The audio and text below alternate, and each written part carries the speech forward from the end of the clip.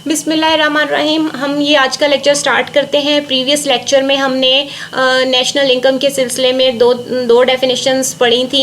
इसके जो कॉन्सेप्ट्स हम पढ़े थे, जिसमें हमने जीडीपी और जीएनपी की डेफिनेशंस पढ़ी, उनमें डिफरेंस हमने देखा। तो अब हम ये थर्ड डेफिनेशन करते हैं, जो कि खालिस कौमी पैदावार या नेट नेशनल प्रोडक्ट है। खाम कौमी पैदावार जीएनपी में सरमाए की फरसूदगी या शिकस्त रीख डेप्रिसिएशन अलाउंस के अखराजात भी शामिल होते हैं। अगर इन अखराजात को खाम कौमी पैदावार से मनफी कर दें तो बाकी खालिस कौमी पैदावार हासिल होगी। लिहाजा खालिस कौमी पैदावार बराबर है खाम कौमी पैदावार माइनस फरसूदगी या शिकस्त रीख के अखराजात। तो ये इसकी इक्वेशन है, net national product equal to GNP minus depreciation allowance. अब ये इसको हम कैपिटल कंजम्पशन अलाउंस भी कहते हैं। जो अशियाए सरमाया होती हैं उनकी वियर एंड टीयर के सिलसिले में टूट फूट होती है उनमें, या वो पुरानी और फरसूदा हो जाती हैं, यानी कि जो अशियाए सरमाया होती हैं वो हमेशा के लिए नहीं चलती, यानी कि उनकी अनलिमिटेड एज नहीं होती। एक टाइम के बाद उन्होंने बेकार होना हो जाती हैं, वो जिसकी वजह से हमें इन्हें रिप्लेस करना पड़ता है। तो इसको हम रिप्लेसमेंट अलाउंस भी कहते हैं, यानी कि जो अशियाए सरमाया है उसको हमें रिप्लेस करना पड़ता है। जब वो पुरानी हो जाए तो हमें उसे नया खरीदना पड़ता है। तो उसके लिए हमें हर साल जो है उनकी इनकम में से कुछ पैसे बचा के रखने पड़ते हैं, उसको हम डेप्रिसिएशन अलाउंस कहते हैं। और इस डेप्रिसिएशन अलाउंस की वजह से जो है ना कौमी आमदनी में कमी आ जाती है, यानी कि ये जो डेप्रिसिएशन अलाउंस है ये कौमी आमदनी में कमी का बायस बनता है। इसी वजह से इसको हम खाम कौमी पैदावार में से माइनस करते हैं। तो इसमें एक एग्जांपल दी गई है, ये आपको मिसाल के तौर पर एक मशीन 1 लाख रुपए की आती है। 1 लाख रुपया जो है फ़र्ज़ करें कि एक मशीन की प्राइस है और वो 10 साल तक काम करती है। 10 साल जो है ये उसकी वर्किंग लाइफ है, यानी कि उसकी एज है ये उस मशीन की जो हमने एस्टिमेट की है। इसके बाद वो बेकार हो जाती है, यानी कि उसकी वैल्यू ज़ीरो हो जाती है। अब हमें वो कोई प्रोडक्शन नहीं दे रही, तो हमें उसे रिप्लेस करना पड़ेगा। 10 साल के बाद हमें उसे नया ख़रीदना पड़ेगा। इसलिए इसकी कदर कीमत में हर साल 10,000 रुपये की कमी वाक़ होगी, जिससे कौमी आमदनी भी कम होगी। अब इस एग्जाम्पल को अंडरस्टैंड करने के लिए इसकी हम फर्दर एक्सप्लेनेशन करते हैं। ये देखिए, ये जो एग्जाम्पल आपको दी गई थी कि मशीन की जो प्राइस है वो 1 लाख रुपया है, ठीक है, ये हमने फ़र्ज़ की हुई है। और ये इसकी जो वर्किंग लाइफ है वो, या उसकी एस्टिमेटेड एज है उस मशीन की, वो 10 साल है। ये भी हम अंदाजे की बुनियाद पे, टेक्निकल जो एस्टिमेशन है उसकी बुनियाद पे हम देखते हैं कि ये मशीन जो है इसकी ये एक गारंटी है, इसकी इतने टाइम तक वो चलेगी, ठीक है।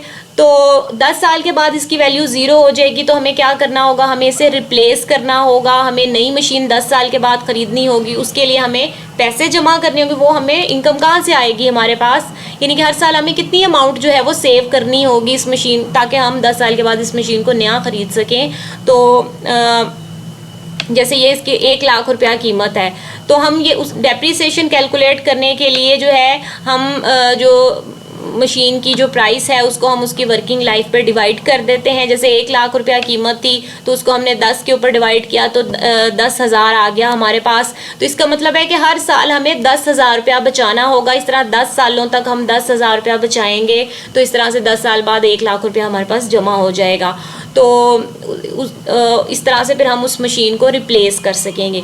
तो देखें, अगर हम ये 10,000 रुपया सेव नहीं करेंगे हर साल, तो हम उस मशीन को रिप्लेस भी नहीं कर सकेंगे। और क्या होगा, at the end of 10 years तो वो मशीन जब बेकार हो जाएगी तो हमारा प्रोडक्शन प्रोसेस रुक जाएगा, हमारा बिजनेस बंद हो जाएगा। इस तरह से कैपिटल को इंटैक्ट रखने के लिए, अपने प्रोडक्शन प्रोसेस को कंटिन्यू रखने के लिए, हमें उस मशीन की जो इनकम होती है उसी इनकम में से हम ये पैसे जो डेप्रिसिएशन अलाउंस है ये हम बचाएंगे उसकी मशीन की इनकम में से। अब ये जो मशीन है हर साल चल रही है, काम कर रही है, प्रोडक्शन कर रही है, और उसकी जो प्रोडक्शन है उसको सेल करके हमें हर साल इस मशीन की वजह से जो है 15,000 रुपये इनकम हो रही है। तो ये जो इनकम है ये क्या है, ये ग्रॉस इनकम है, ये नेट इनकम नहीं है। यानी कि हमें बज़ाहिर लग रहा है कि हमारी ये मशीन हमें हर साल 15,000 रुपये इनकम दे रही है, लेकिन असल में जो है ना ये हमें 10,000 रुपये, असल में ये हमें कितनी इनकम दे रही है, हमें इसमें से डेप्रिसिएशन माइनस करके एक्चुअल इनकम जो है वो कैलकुलेट करनी होगी। ये देखें, हमने इस इक्वेशन में net income equal to gross income minus depreciation, ये हमने जो है ये इस इक्वेशन के ज़रिए जो है कैलकुलेट किया है। तो ग्रॉस इनकम एक्चुअली जो ये हर साल ये मशीन हमें 15,000 की जो इनकम दे रही है वो हमारी ग्रॉस इनकम है, ठीक है। इसमें से हमें 10,000 रुपया बचाना होगा, क्योंकि ये हमारी ग्रॉस इनकम जो है ये हमारी असल इनकम नहीं होती। इसमें से हमें डेप्रिसिएशन बचानी होती है, माइनस करनी होती है। तो वो माइनस करने के बाद जो हमारी इनकम आती है वो 5,000 है। तो ये 5,000 एक्चुअली हमारी असल इनकम है, जिसको हम नेट इनकम कहते हैं। जिस तरह से ये हमने एक मशीन की एग्जाम्पल दी है, तो इसी तरह से पूरी इकोनॉमी में जितने भी कैपिटल जो रिसोर्सेज हैं वो यूज़ हो रहे हैं, उन सब में से हमें डेप्रिसिएशन अलाउंस को माइनस करना होगा, जिसको हम कैपिटल कंजम्पशन अलाउंस भी कहते हैं, या फिर सूदगी के अखराजात भी कहते हैं, टूट फूट के अखराजात भी कहते हैं, या रिप्लेसमेंट अलाउंस भी समटाइम्स कहते हैं। तो ये सारा हमें माइनस करने के बाद फिर हमारी नेट इनकम आती है, और वो हमारी असल इनकम होती है, नेट इनकम। तो उम्मीद है ये आपको समझ में आ गया होगा। नेक्स्ट डेफिनेशन के लिए wait for the next video. Thank you so much, keep watching. अल्लाह हाफिज़।